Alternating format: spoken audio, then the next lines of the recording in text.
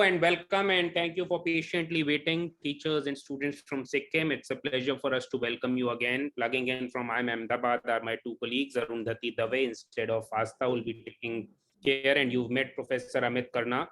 Thank you, Amit, once again for joining in today. So the last time around, we had spoken about a few things like finding an opportunity and design thinking, the basics of design thinking.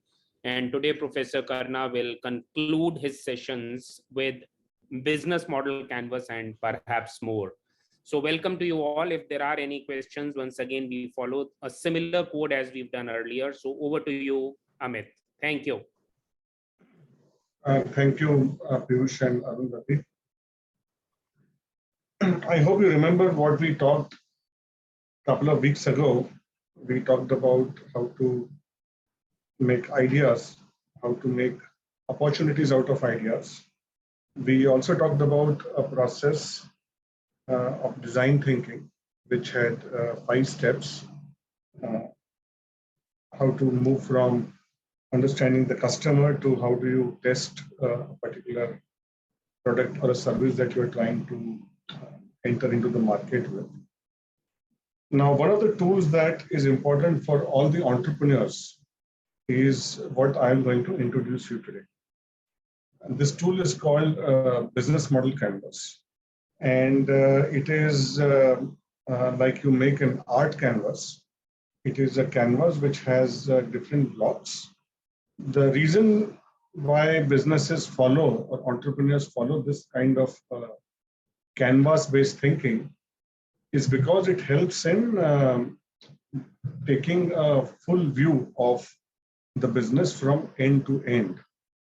When we say end to end, it starts from the customer, which is on the rightmost side of this canvas, and it goes on to the costs, which is the left side of the canvas, and the various activities that businesses do in order to serve the customer. Now, there are different nine different blocks of this particular canvas, as it is called. It was designed by a set of researchers in Central Europe, in Switzerland. Since then, for the last 15 years, it has been fairly popular as a tool to be able to understand what businesses are and how businesses work and how businesses grow.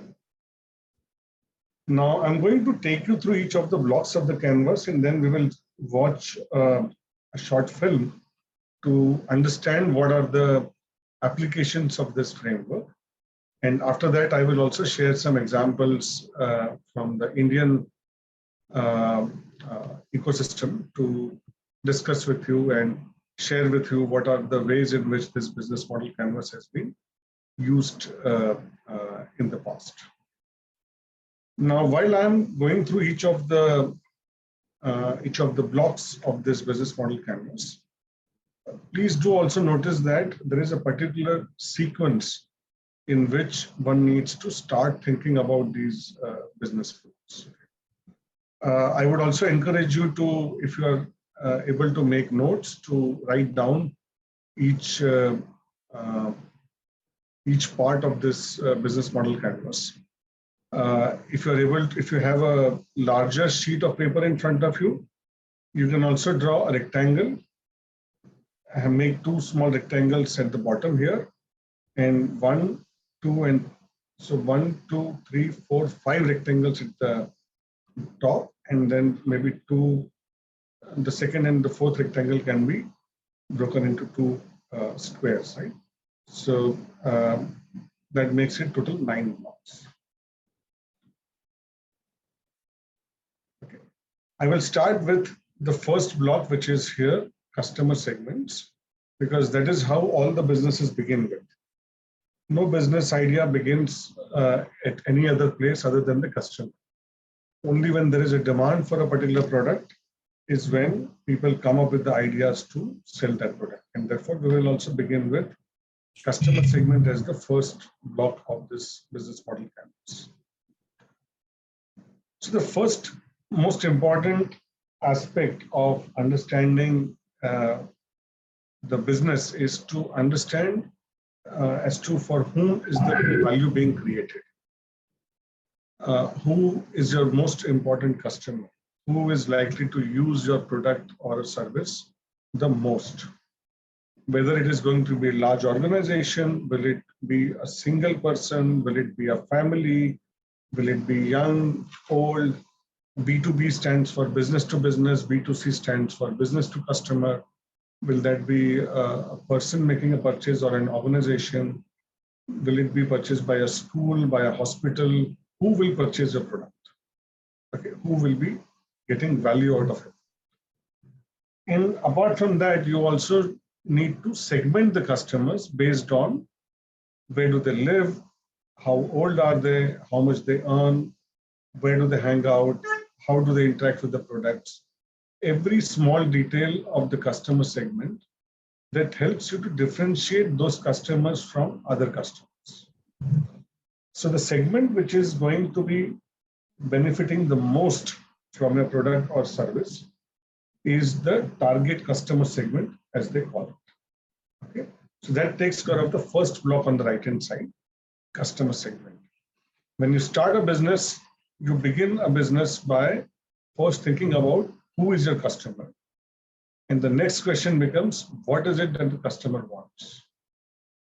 Once you know what the customer wants, you come to the second block of this canvas, which is at the very core of this canvas, the value proposition. A proposition is something that you propose to the customer, you propose it to anybody whom you are trying to sell the product to. As an entrepreneur, you need to first ask questions around what is the value that you are delivering to the customer. What is the problem that the customer is facing, which your product is likely to solve? How is your company going to provide that solution better than anybody else in the market today? And continue to do it tomorrow as well. Which needs of the customer are you satisfying? Are these some of the problems that are very pressing? Are these some good to solve problems? What is it that you are trying to fulfill for the customer? In fact, one also hears this word that there is a job that every customer wants to do, and therefore they need to hire some product for it.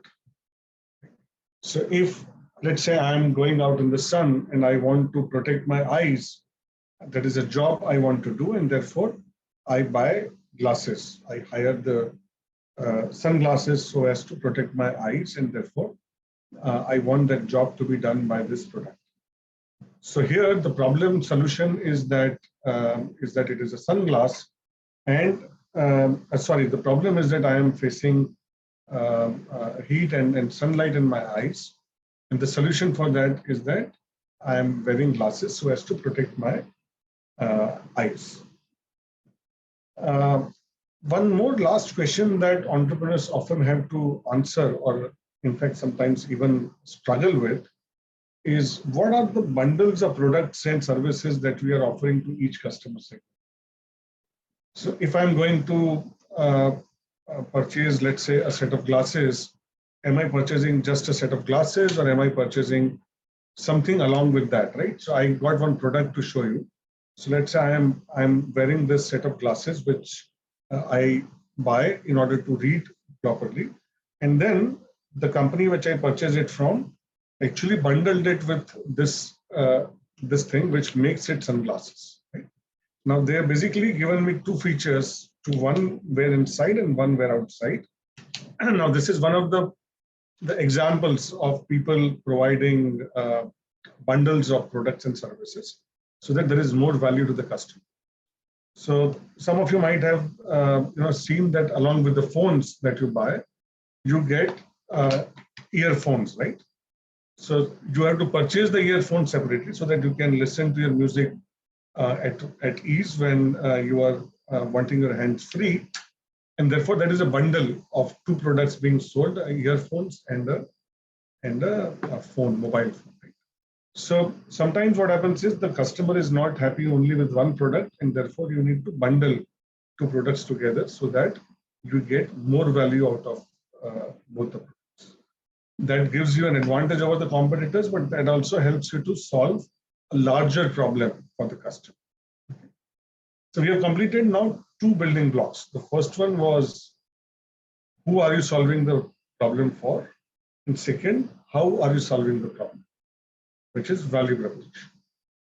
Now let's complete the 2 boxes between the customer segment and value proposition, which is the channels. The channels are basically the systems through which you want to reach the customers. So for example, I purchased this phone from an Apple store. So that is a channel through which the company is reaching me. A shop or an internet website or telephone helpline, a call, or it could be a card, whichever way are you reaching the customer is called the channel. The entrepreneur needs to tackle a few questions there. How are you reaching them? How are you reaching the customers? How are these channels integrated? Can the customer order from online and then return in a shop, or can order from shop, can return online? Which is the channel that is working best for the customer? Which is the channel that is working best for you? Sometimes a shop is very difficult to maintain, but website is difficult to reach out to people. If you're trying to sell a product in a far away village, maybe you need to sell it from door to door rather than keeping a shop in every village. Which are the channels that are cost efficient, that help you reach maximum number of customers in minimum cost? And how used are the customers to routinely use this kind of channels? For example, if you are going to a milk shop every day, you might as well purchase your ice cream from them. So therefore, for a company selling ice creams, it is very good to sell it through the milk shop, because it is a place where the customer is anyways visiting on a daily basis. The 4th block that entrepreneurs are often worried about is, how will you build relationships with the customer? The relationship could be in form of a brand. It could be form of a trust that customers have in the product. It could be in form of notifications that you get on apps that there is a sale going on. Please visit the website and order something. It could be an email. It could be a phone message, telemarketing, any kind of activity that you use to establish and maintain contact with the customer are called customer relationships. Now, it is important to have an eye on which relationships are you building, so that you know how you are reaching the customers, how expensive are these, and how are these integrated with the rest of your business models. Because sometimes you might not be able to do it manually. You have to use technology to do it. And therefore, immediately when there is a new product launch, you want everybody to be sent an SMS that please come to visit our website and look at this new product that has been launched. Right? And therefore, it needs to be not very separate from the business model, but integrated in the other activities of the business model that we are doing. So let me very quickly recap what we did. Is we have covered customer segments, value proposition, how do you reach the customers, which is channels, and how do you build relationships with the customer, which is customer relationships. Let me then move to the rest of the business model. The right-hand side bottom is called revenue streams. Because once you deliver the entire value by building relationships through the proper channel, ultimately you expect the customers will pay for this product. So you need to first decide what is the value for which the customers are really willing to pay. For what are they paying? For what are they currently likely to pay? How would they prefer to pay? How frequently would they prefer to pay? Monthly, transaction-wise, on a lump sum or a unit-wise? And how much does each revenue stream contribute to your overall revenue? These are the questions that you need to answer on the revenue streams.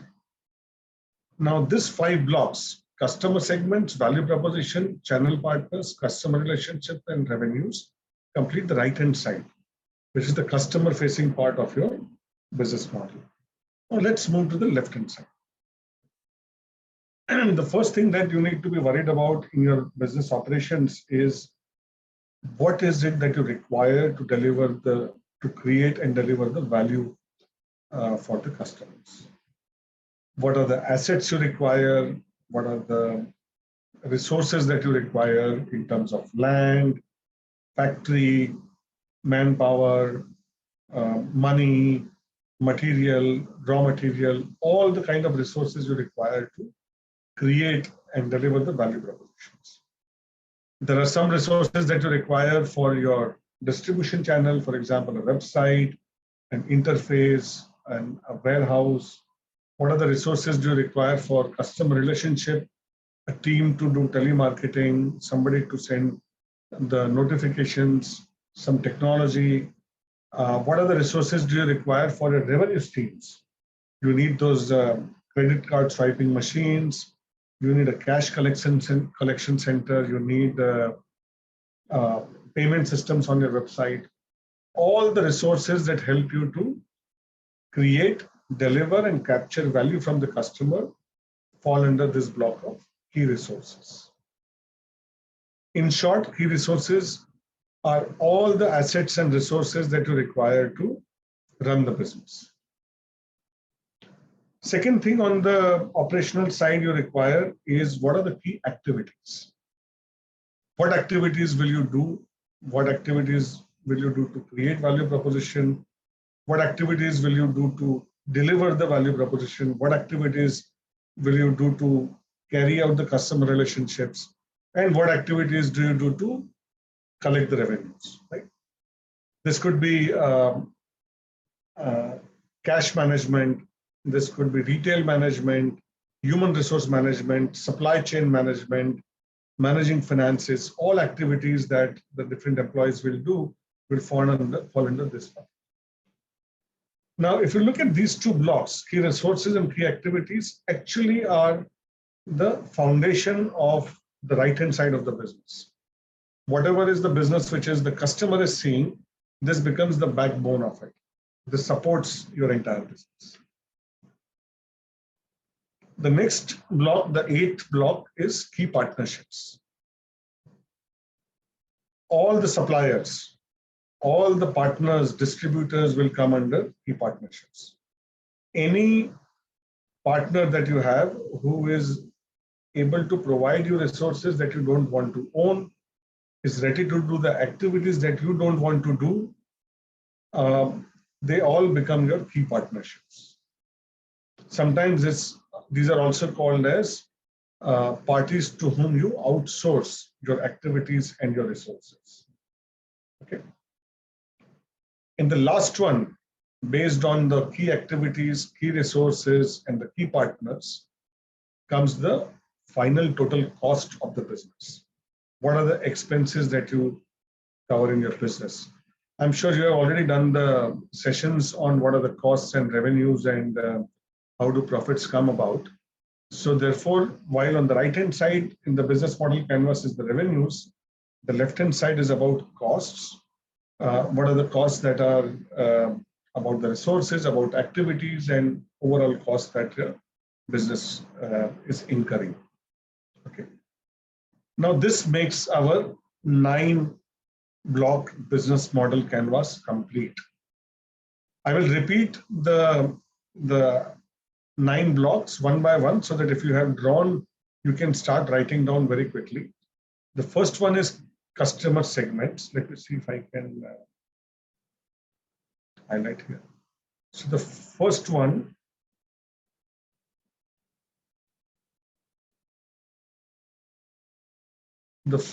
is customer segments. The next one you should be worried about is value proposition. Third and fourth are channels and customer relationships. So as you can see, these 2 are the ones which lie between the customers and the value proposition. This is how you deliver. Based on the value, the customer will provide the revenues to the business. these are the expenses of your assets, key resources, your operational activities. Some you do yourself, other you outsource to partners. And overall, you will incur certain cost. As you can see, the value proposition kind of balances between the revenues and the costs. The customer segments gives you revenues and the costs are being absorbed by the activities and resources. Right? And this is what is at the center of the business model. So this is what I call as a snapshot of a business model canvas. Okay. Now I'm going to show you some good videos, some animated videos, which have been actually produced by the people who popularized business model canvas. I want you to observe in that videos, it's a short story, right? It's a very short story of a boy and a girl who start a business. And it tells you how the idea gets converted into business model canvas. And then how do they start looking for other ideas around the business model. Let's start with the first video. This is the story of Beth. Are you able to hear the sound here, Piyush? Yes, Professor. Okay.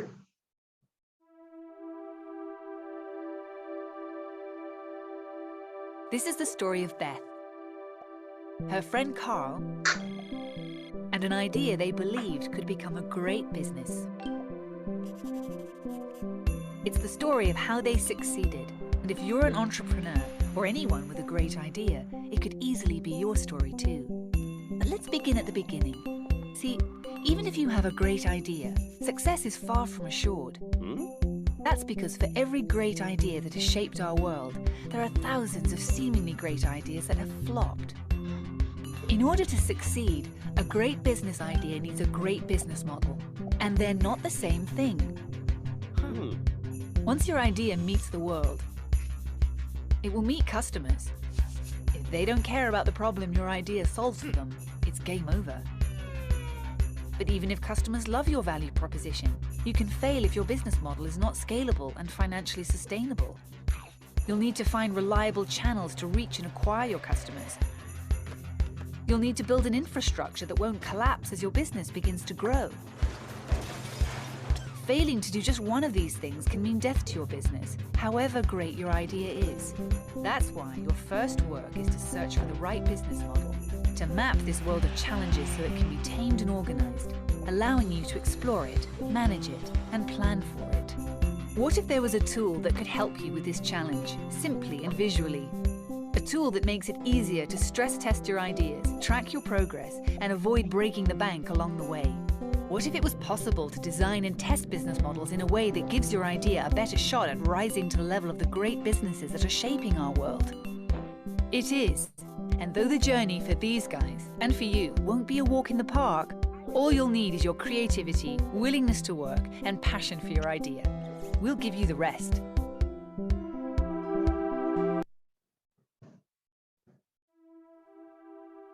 We've already seen this. It will just explain it very quickly. This is the business model canvas. It's just what Beth and Carl will need to craft a powerful business model, and it can do the same for you. Let's dive in and see how it works. There are 9 essential building blocks that make up any business model. When you get all 9 blocks working together, you'll have answered the fundamental questions any business model must solve. We'll start here with customer segments. These are all the people or organizations for which you're creating value. For each segment, you have a specific value proposition. These are the bundles of products and services that create value for your customers. Channels describe through which touchpoints you're interacting with customers and delivering value. The customer relationships outline the types of relationships you're establishing with your customers and how you're acquiring and retaining them. Pricing mechanisms through which your business model captures value are documented under revenue streams. The key resources show which assets are indispensable in your business model, so you can describe the infrastructure you need to create, deliver, and capture value. The key activities show which things you need to be able to perform well. The key partners show who can help you leverage your business model, since you won't own all key resources yourself, nor will you perform all key activities. And once you understand your business model's infrastructure, you'll also have an idea of its cost structure. Any business model can be mapped this way: 9 building blocks working to reinforce and strengthen each other. But before you make a model for yourself, it helps to see what a breakthrough business model looks like in action. Like this one. Low-cost airlines revolutionized air travel thanks to their disruptive business model. Let's first look at their value proposition. A low-cost airline offers ultra-cheap flights to their main customer segment, budget travelers, by adopting a no-frills policy. And this leads to additional revenue streams because customers pay for their ticket and additional fees on items like food and drink, priority boarding, and luggage. The airlines save even more money through their choice of channels, selling only through call centers and the internet, making for efficient, if not always convenient, customer relationships that are automated and often impersonal. Okay, that covers the right side of the canvas, the part everyone can see. The left side of the canvas is what's going on backstage. Like their choice of key resources, they reduce maintenance and training costs by using a single aircraft model for the whole fleet. And they only fly to cheap airports where it's cost efficient to land or where they even get paid to touch down. Planes that do land have quick turnarounds, so they get back in the air earning money as quickly as possible. And they form key partnerships with others in the travel industry, like car rental, hotel, and insurance companies. Finally, under cost structures, all maintenance, training, airport, and call center costs are trimmed to their lowest levels. All of these pieces working together make their fares almost impossible for traditional airlines to compete with. There's nothing superior about these airlines except their business models. They're reaching an entirely new segment of travelers out of reach for traditional airlines. Cutting out costs is pretty exciting, right? But wait, just because it's successful for discount airlines doesn't mean it will work for your idea. Luckily, the business model canvas allows you to iterate many models and test them quickly. Let's get started with your own business idea.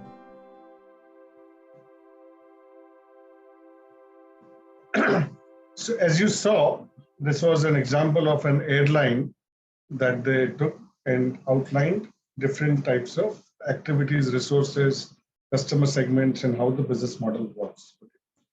Now let's look at how the prototyping was done by them for their business idea.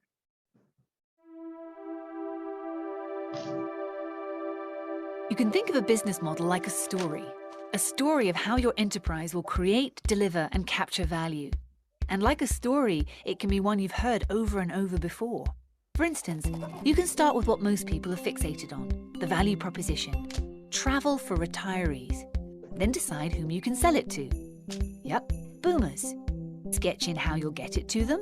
Okay, a website. And how that will generate revenue. Sure, sales fees. You'll make it easy and automated. Next, you figure out what key resources. So they are trying to make a business model canvas of a boomer travel agency. Boomers are those people who were born around the World War, who are now at around 50, 60 years of age. Okay, so that's what they are trying to make in a story format. Travel for retirees. Then decide whom you can sell it to. Yep, boomers. Sketch in how you'll get it to them. Okay, a website. And how that will generate revenue. Sure, sales fees. You'll make it easy and automated. Next, you figure out what key resources you need to offer all that, like a reliable website and brand recognition. Carl's thinking his key activities will be marketing, website, and maintenance, and then partners will do the booking. And finally, where your costs will come from. Sales, marketing, platform development, all that will cost you. There you go, your first model. But don't expect a medal or a breakthrough. Predictable models can work, but rarely give you a competitive advantage, so don't fall in love with your first idea. To compete in a world where the best model wins, you'll need to think harder and explore alternatives.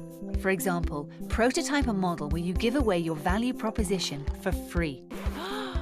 This will instantly change everything. You might not find this model realistic, but exploring it will force you to think hard about potential alternatives. As an entrepreneur, you're thinking of your model 24/7. Now you have a tool to structure your ideas as quick prototypes to consider with your team.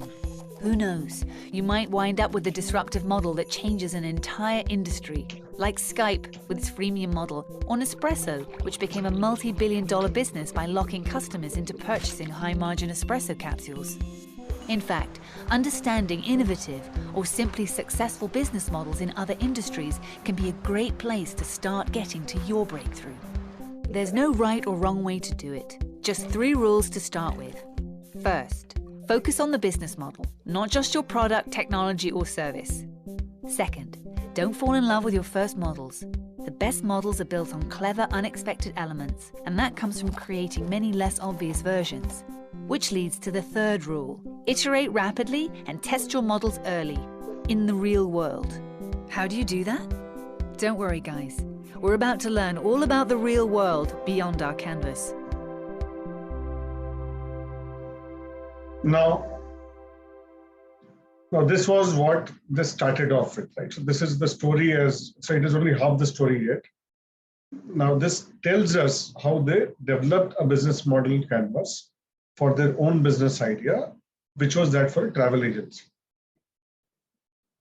Now, what has happened in the current times is a business model is a preferred way of explaining the business over a business plan, because it is one, you can see everything in one chart, but it also helps you to test your hypothesis individually. I'm not sure whether you know what a hypothesis is. Hypothesis is something that you're expecting to be true, or you're not expecting, or expecting to be not true. And then you go out and test whether this is true or not by actually asking people or observing them. Right? So if you remember in our earlier session, I talked about the process of design thinking, where you empathize, define, ideate, prototype, and test. Similarly, for a business model also, you first understand, empathize with the customer, define his or her problem. Ideate is what they were doing. They have ideated one business model and now put it into a canvas.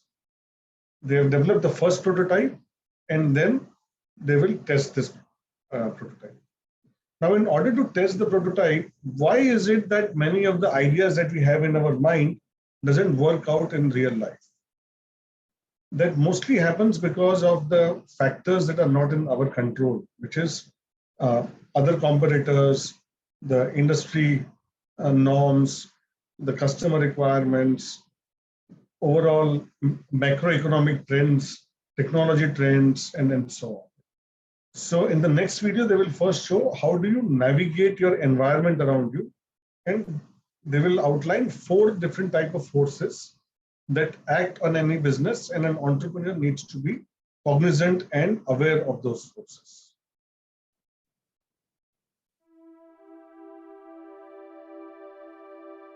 Remember the chaos your idea faced before you made the canvas? Well, you've tamed some of it by mapping the elements that are mostly within your control. But the world out there is full of threats, constraints, and opportunities beyond your control. They create the environment in which you'll design and build your business model, and in which your business will fight for survival every day. Just because you can't control these factors doesn't mean you can't and shouldn't account for them in your model. Doing so will help prepare your model for threats, ready it for changing legal constraints, and prime it to jump on innovations. Let's see how mapping the environment will affect the boomer travel agency model. On the right, you'll map market forces, everything related to the customer segments you've selected. Ask yourself, which other segments are there? Which ones are the most lucrative? Looks like Beth's discovered a segment of boomers with a range of disposable wealth. You could ask, which segments are growing, and what do they most want? And why might your customers resist? Okay, good. Boomers have trouble adapting to new technology. Now, above your canvas, map key trends. Are new technologies about to undercut your value proposition or supercharge it? What regulations are coming up? How is society at large shifting? Right, Carl, rising medical costs could weigh heavily on your customers. Now to the left, map industry forces. Who are your main competitors? What advantages do their business models provide? Could they crush you? Your industry may already have a dominant competitor, but ask yourself, where are their weaknesses? Can you disrupt them? What might happen as suppliers and partners evolve or don't? Better to know now that the travel field is crowded and volatile, right, Carl? Finally, below your canvas, map macroeconomic forces. How is the global economy doing? Markets may be in a state of rampant uncertainty. How available is capital? Venture capitalists may be taking few risks. How well is the infrastructure developed in the market you are doing business in? Sure, many boomers are experiencing a decline in living standards. Now you've mapped your environment, full of threats, opportunities, and constraints. What do? Use the map, of course, to make your business model more responsive. Looking at industry forces on the left side of your canvas, ask, does your model have a competitive edge today? Tomorrow? Good thinking, Beth. That dominant competitor could be a threat. Looking at key trends on the top of your canvas, ask, is your model prepared for emerging trends? Okay, if rising medical costs encourage overseas treatment, that could be an opportunity for your travel agency. On the right for market forces, is your model in line with evolving customer needs? Sure, if your customers are resistant to the internet, you're right to rethink delivery through a website. And below for macroeconomic forces, how will your model adjust to macroeconomic shifts? Yes, Beth. Unfortunately, travel is becoming a luxury that a growing number of your customers can't afford. But don't be overwhelmed by these elements. Asking and answering these questions will help make your business model better suited to its environment and that much more likely to succeed. Now you're ready to start testing your model in the real world. So now see what you have done. They have now tried to look at what are the positives and negatives in the market that will give benefits and pose threats to this business model. They've mapped out the entire environment in terms of market forces, key trends, industry forces, and macroeconomic issues. Because based on this, their customer behavior, their value proposition, their partnerships, suppliers, and their revenue and costs are likely to be affected based on these forces. Now, having done this, they now have some doubts about their business model.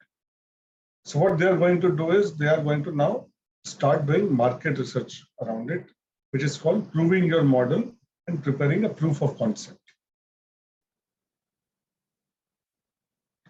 And based on that proof of concept, also observe how they are coming up with an alternate business model by iteration right when they are proving the concept.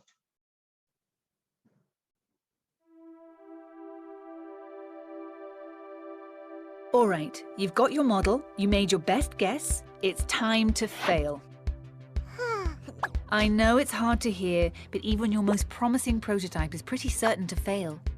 Many of your hypotheses are bound to be wrong. Luckily, the canvas makes it easy to adapt, as long as your mistakes are cheap and you act quickly to fix them. See, the only judge of a business model is your future customer. What you've created so far are just hypotheses, guesses that need to be true for your business model to succeed. You have to test these hypotheses. Fail or succeed, learn, then adjust. This process is known as customer development and lean startup. Begin by explicitly stating the most important hypotheses underlying your business model. Okay, you believe that boomers crave custom travel experiences that are tailored to their needs, and that a great brand can overcome a dominant competitor's advantage. Great. Now get out into the world and see if you're right. You can conduct low-cost experiments to test your most important hypotheses. Talk to your distributors, potential partners, and industry experts. But most importantly, talk to your prospective customers. They're likely to have questions and concerns that never crossed your mind. The idea of overseas travel might be stressful for your customers. Money could be a concern, or there might just be a general lack of interest. Yes, learning that overseas travel is not attractive to many of your customers can feel like a major setback.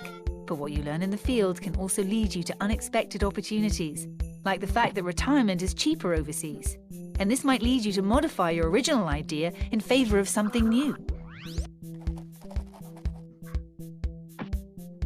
As you gain confidence with your model, you should intensify testing. You'll succeed in some ways, but you'll fail in others because there will always be factors that you can't foresee from your office. If you adapt rapidly and cheaply, you can account for these factors. Solutions like quality assurance for high standards might be easier to implement through retirement village franchises. The more you test, the more you learn, the more your model matures. It's time to start thinking about business models in a revolutionary new way. The era of the fixed business plan is over. To compete today, you need an evolving business model. And if you document your evolution, you can play back your canvases like a flip book, a valuable documentation of your increasingly viable business model. Now your business model is not just a bunch of guesses. You've tested, adapted, and your business model is now likely to succeed. You're ready for the next step. It's time to pitch your model. So as you can now see, Carl and Beth, they started with an idea of providing travel agency to boomers, to retirees. And from there, they found out that people are not likely to travel because it is luxury. People don't have enough funds. The funds are depleting. And retirees are more worried about their retirement. And while they might not want to travel, maybe they might want to go in for a cheaper retirement overseas, right? Which means that if you are living in US, you might not be that comfortable, but if you can go to some other country which is cheaper than US, then you are able to save a lot more and also have a better retirement life by people taking care of it. Now, as you can see, over the 5 steps or 4 steps, they were able to change their business model from a travel agency to a retirement franchise. Okay. Now, one of the things that entrepreneurs often need to do, and which is one more advantage of a business model canvas, is that it is not only easy for you to monitor and explain, but also it is easy for you to pitch to your investors to be able to raise funds for this. Because you can very easily show the investors that this is what my business is about, this is an overview, and this is how I will make money. And therefore, why don't you also join me as a co-founder or as an investor? Now, selling your business model to your customers, to your investors, to everybody is also an art. And the last episode will therefore tell you how to tell your story of your business to potential investors and other stakeholders, which is the last video for the day.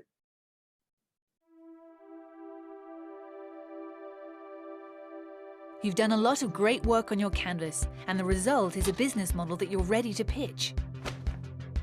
Sharing your work with others for the first time can be intimidating. But remember, you know the model inside out, and I'll help you along the way. So go ahead, pitch it. Huh? Ooh, not like that. Showing the model all at once is cognitive murder. There's way too much info there to digest. You wrote it like a story, so tell it like a story, scene by scene. Use sticky notes to fill in the boxes one at a time as you explain them. Go on, try it. We're going to match retiring baby boomers with overseas retirement communities run by franchisees. These are the 2 customer segments we're targeting. Good. Now make it even more real for them. 10,000 boomers are retiring every day, like the Andersons, who can barely scrape by in Florida, but can live like kings in Brazil. Okay, now continue the story with the next logical box. For the retirees, our value proposition is affordable, high-quality retirement. We've taken the guesswork out of finding an overseas location that will be comfortable, affordable, and fun. And for our franchisees, we'll offer customer acquisition through thousands of high-quality leads. How will we monetize this? By charging retirees a modest monthly fee and collecting franchising fees. They pay us for both leads and a trusted brand. We already have 5 letters of intent from potential franchisees, valued at over $1 million. Now reinforce your case by explaining what you learned from your testing. Admitting your failures to investors and partners may seem unorthodox, but it shows your model is stronger for having been real-world tested and adapted. We also learned from extensive research and some failed pilot offerings that many of our customers aren't just dissatisfied with their retirement options at home, they won't be able to keep up with medical costs either. You're doing great. Now walk them through the rest of your model. 4 out of 5 customers we spoke to don't trust overseas options. By applying a local brand Emerging to communications franchises across- technologies, they'll never feel too far away. Services like Skype and FaceTime make connecting with family as easy as will only pressing a continue button. to grow. And though our revenue numbers may seem ambitious, they're based on over $1 million in pre-sales to customers. By favoring human customer service over services provided through the internet, we become that much more accessible to boomers So in who may not conclusion, be tech-savvy. We've tested, failed, adjusted, and we are now convinced the market potential of this model is enormous. And while our idea is compelling, our business model is what makes us ready to compete on the largest stage. And that is the story of how Beth and Carl took a great idea and created a great business model. But their story doesn't end here. As their business begins to grow, the canvas remains a valuable tool, growing and evolving with it. With some determination, hard work, and the right business model, this could easily be your story too.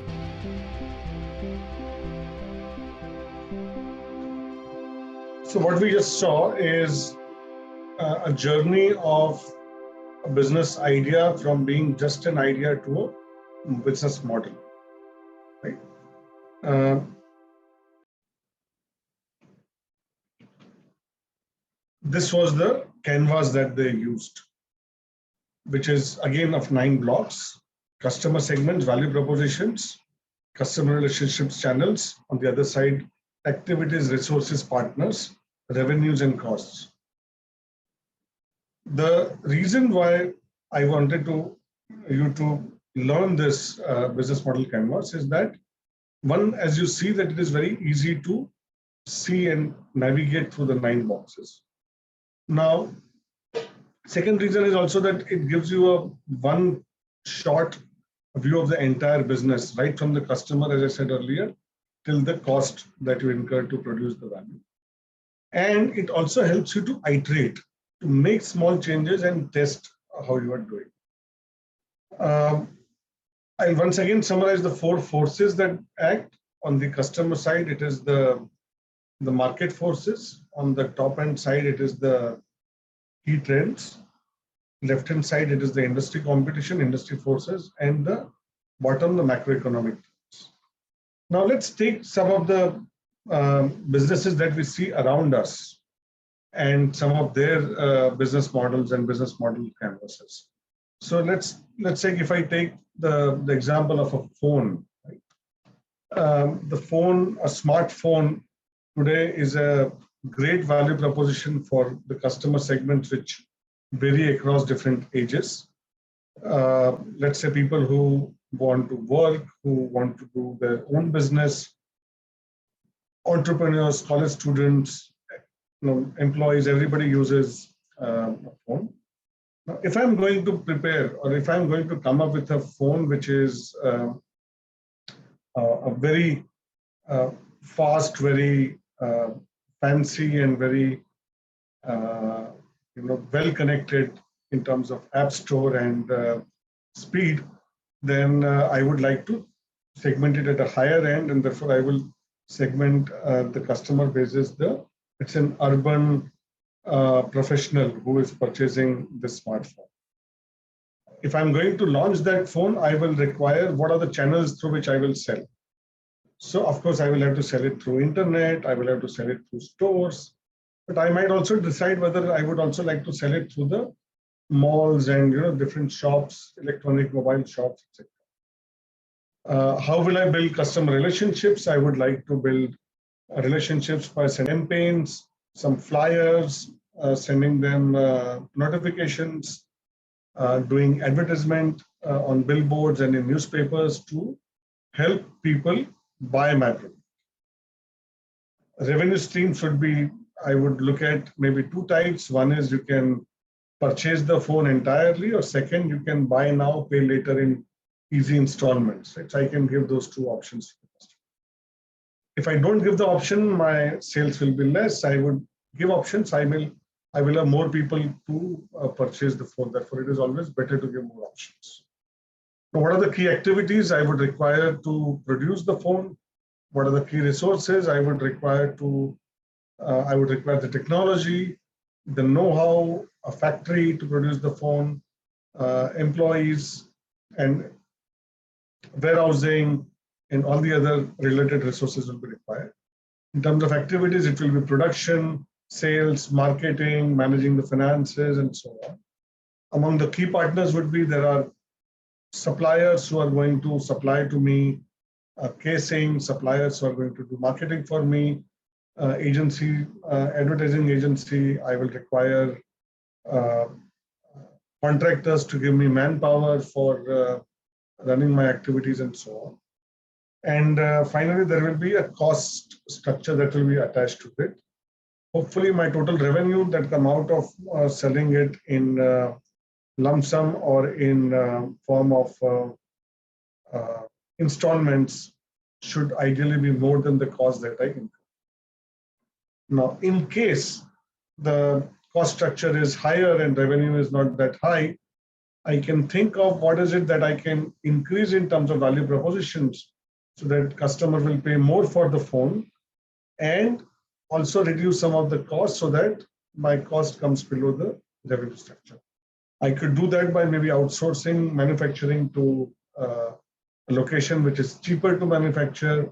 I could negotiate with the suppliers to give me raw materials cheaper, and several other ways in which I can try to think of reducing my cost.